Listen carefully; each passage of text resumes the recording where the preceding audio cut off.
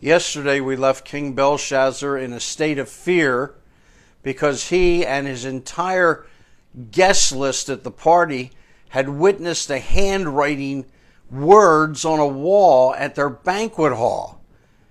And he had called all his wise men to read those words, and they couldn't, and it struck fear in the heart of the king. Well, in walked the queen, not his wife, but the queen from Nebuchadnezzar's wife. And she says to Belshazzar, "Don't be alarmed. Don't look so pale.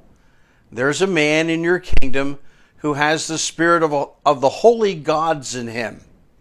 In the time of your father, he was found to have insight and intelligence and wisdom like that of the gods. Your father, King Nebuchadnezzar, appointed him chief of the magicians, enchanters, astrologers, and diviners. He did this because Daniel, whom the king called Belteshazzar, was found to have a keen mind and knowledge and understanding, and also the ability to interpret dreams, explain riddles, and solve difficult problems. Call for Daniel, and he'll tell you what the writing means." She says of Daniel, "He is a man who has the spirit of the holy gods in him." It was her way of saying God was in the life of this man. Wouldn't it be great for people to say of us, the spirit of the living God lives in them?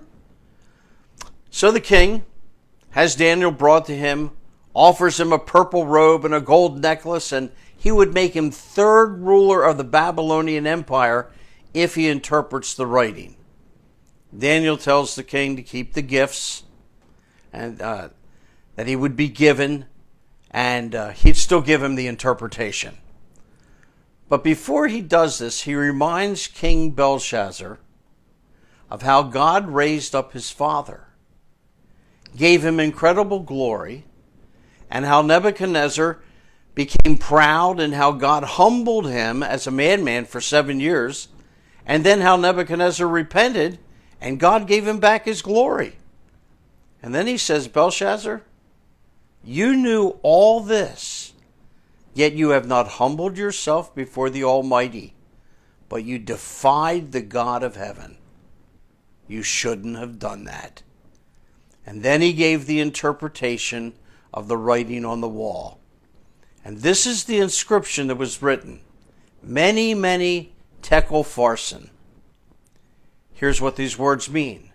Many, God has numbered the days of your reign and brought it to an end.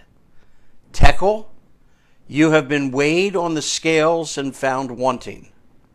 Peres, your kingdom is divided and given to the Medes and the Persians.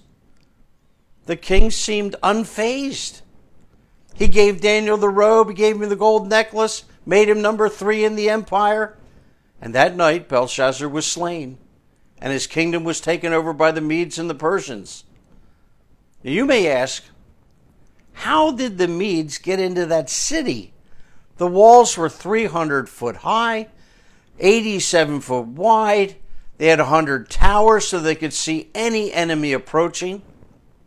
I want to remind you, the great river Euphrates ran through the city of Babylon. So the Persian engineers secretly prepared a channel to divert the flow of the Euphrates River. That very night the canal was finished, the waters diverted, and the Medes and the Persians' army came into Babylon along the riverbed. Perhaps the guards were too drunk to notice, and in a moment the entire enemy troops were in the banquet hall. King Belshazzar was killed. The kingdom was lost. Listen carefully. When judgment was upon him, he paid no attention to God's warning. Question: will you heed God's warning? You may never have another chance.